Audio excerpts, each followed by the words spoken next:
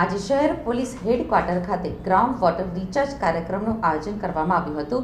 કેન્દ્રીય જળશક્તિ મંત્રી સી.આર. પાટીલની અધ્યક્ષતામાં આ કાર્યક્રમ યોજાયો હતો। ગુજરાત ભાજપ પ્રદેશ પ્રમુખ સી.આર. પાટીલને જળશક્તિ મંત્રાલયના કેન્દ્રીય મંત્રી બનાવાયા છે, જેથી સુરતમાં જળ સંચયની કામગીરીમાં ઉછાળો આવ્યો છે। જળશક્તિ અભિયાન અંતર્ગત ગ્રાઉન્ડ વોટર રિચાર્જ સહિતના કાર્યક્રમો યોજાઈ રહ્યા છે। સુરતમાં સી.આર. પાટીલના હસ્તે એક પછી એક કામગીરી હાથ ધરવામાં આવી રહી છે। આજે શહેર પોલીસ હેડક્વાર્ટર ખાતે ગ્રાઉન્ડ વોટર રિચાર્જ કાર્યક્રમનું આયોજન કરવામાં આવ્યું હતું। કેન્દ્રીય જળશક્તિ મંત્રી સી.આર. પાટીલની અધ્યક્ષતામાં આ કાર્યક્રમ યોજાયો હતો। આ કાર્યક્રમમાં ગૃહ રાજ્યમંત્રી હર્ષ સંઘવી, રાજ્ય સરકારના મંત્રી મુકેશ પટેલ પણ ઉપસ્થિત રહ્યા હતા। તદુપરાંત સુરત શહેર પોલીસ કમિશનર, પોલીસ અધિકારી કાર્યક્રમમાં ઉપસ્થિત રહ્યા હતા। જળશક્તિ અભિયાન અંતર્ગત રેઇન વોટર હાર્વેસ્ટિંગ કાર્યક્રમનું ખાતમુહૂર્ત કરવામાં આવ્યું હતું અને આગામી દિવસોમાં અલગ અલગ પોલીસ લાઇનમાં પણ રેઇન વોટર હાર્વેસ્ટિંગ સિસ્ટમ ઊભી કરાશે। મહત્વની વાત છે કે રાજ્યમાં સૌ પ્રથમ વખત પોલીસ મુખ્ય મથક ખાતે આવો કાર્યક્રમ યોજાયો હતો। જળ સંચયને લઈને વધુ એક કાર્ય થયું છે।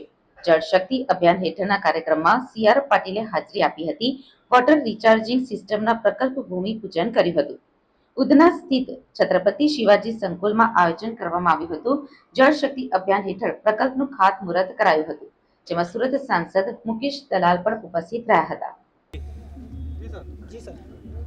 ભારત સરકારના જળશક્તિ મંત્રાલય અને ગુજરાત સરકારના બંનેના નેજા હેઠળ અહીંયા આવતીકાલે ખૂબ મોટો કાર્યક્રમ થવાના છે, જેમાં જો અમારા જો રેન વાટર હોય છે, રેન વાટરના जो धरती में पेटाण में हमारा जो एक्विफर है, जहाँ पानी रहे છે, જ્યાંથી અમે લોકો બોર કરીને પાણી કાઢીએ છીએ, વાપસ એમાં અમે જો રેનના વાટર ત્યાં નાખીએ જોઈએ। આ આશયથી જો કાર્યક્રમ હેઠળ આવતીકાલના અનુસંધાને આજે અમારા પોલીસ મુખ્ય મથકમાં કમ્યુનિટી હોલ ખાતે જો એક બોર કરવાના અત્યારે જો મુહૂર્ત થયા, જેમાં ખાસ કરીને અમારે जो भी बारिशના પાણી અહીંયા થાય છે, જો છતો ઉપર આવે છે, એના બધા કનેક્ટ કરીને અમે લોકો બોર ઉપર લઈ આવીએ છીએ। બોરના માધ્યમથી નીચે જો અમારા ધરતી ઉપર જો અમારા પાણી રિચાર્જ થશે જોઈએ। અને આજ જો સુરત શહેર પોલીસમાં જેટલા બી અમારા પોલીસ સ્ટેશન છે, પોલીસના લાઇન્સ છે, અમારા પોલીસના અલગ જુદા જુદા ઓફિसेस છે, તમામ જગ્યાઓ જે આ બોરિંગ કરવામાં આવશે અને બોરિંગના તમામ છતોથી અને ગ્રાઉન્ડથી એને કનેક્ટ કરવામાં આવશે, જેથી કોઈ પણ પાણી વેસ્ટ નહીં જાય। આ તમામ પાણી અમારી ધરતીના અંદર જાય। જેટલા બી અમે એક્સટ્રેક્ટ કરીએ છીએ ટ્યુબવેલના મારફતે, બોરિંગના મારફતે, પંપના મારફતે, એટલા અમે લોકોના જવાબદારી નિભાવીશ કે એટલા જ અમે લોકો પાણી વાપસ ધરતીમાં નાખીએ। અને માનનીય ડીજી સાહેબના બી તરફથી એવા એક સૂચનાઓ જારી થઈ રહી છે, જેમાં સમગ્ર રાજ્યમાં બી આ પ્રકારના કાર્યવાહી ચાલુ કરવામાં આવશે। એક આ બહુ ટેસ્ટેડ મતલબ આ ફોર્મ્યુલા છે કે જ્યાં પાણી અમારા બધાને ખબર છે કે અત્યારે તાપી નદીના કિનારે બેઠા છીએ, કેટલા પાણી દરિયામાં જતા રહે છે, અમારા અહીંયા અંદરના પાણીઓ જતા રહે છે, છત પર જો બારિશના પાણી થાય છે ત્યાં જાય છે।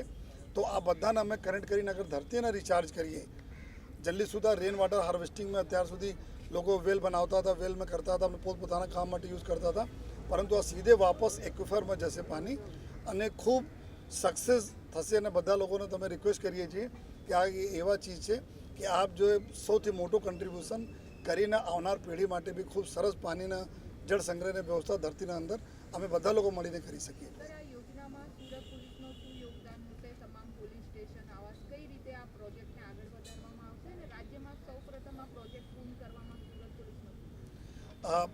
અત્યારે અમે જો સરકારશ્રીના જો એજન્સીઝ જો કામ આ દિશામાં કરી રહી છે, અલગ અલગ જો જિલ્લાઓમાં જો અમારા જો ગ્રામ વિસ્તારોમાં જો કલેક્ટરશ્રીના હસ્તક, અહીંયા જો કોર્પોરેશનના એના સાથે સંકલન કરીને અમારા જો પોલીસ સ્ટેશન ગ્રામ વિસ્તારના આમાં પડે છે અને જો પોલીસ સ્ટેશન અમારા શહેરમાં પડે છે, ત્યાં બધા સંકલન થઈ ગયા છે।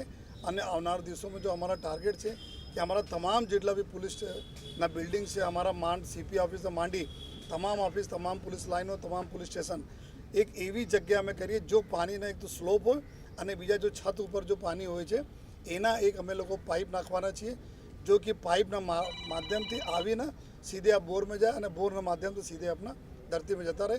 આ આયોજન જો અમે લોકો જો કન્સર્ન जो डिपार्टमेंट में बताया એના સાથે અમે લોકો સંકલન કરી લીધા છે।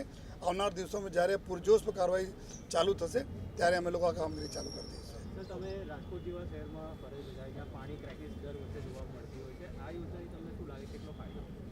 आपने बधाने खबर अमे बधा लोगोने खबर है कि एक समय एवा था कि सौराष्ट्र जिल्लाओं में ट्रेन मार्फते पानी जता था 90s में जो है અને પછી જો ધીમે ધીમે ચેકડેમના યોજનાઓ ચાલુ થઈ સરકારશ્રી તરફથી અને એનજીઓસ તરફથી, અને ઘણા બધા એના પરિણામ જોવામાં આવી રહ્યા છે.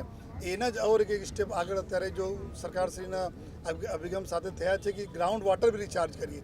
અત્યાર સુધી ચેક ડેમ મારતે ઉપર અમે જો ઉપરના પાણી રિચાર્જ રોકતા હતા, અત્યારે જब નીચે અમે જો એક્વિફરમાં પાણી વાપસ કરીશ તો આવનાર સમયમાં આ બધા જો અમારી નેક્સ્ટ જનરેશન આપ જોશો કે જો પાણી ના જ લીધે આવનાર સમયમાં જો ક્રાઇસિસ આવવાની જો અલગ અલગ મીડિયાના માધ્યમો અને ન્યૂઝમાં માધ્યમ બધા અમે લોકો વાંચતા રહીએ છીએ, એનાથી 100% જો બહુ રાહત અમે લોકોને અમારી નેક્સ્ટ જનરેશન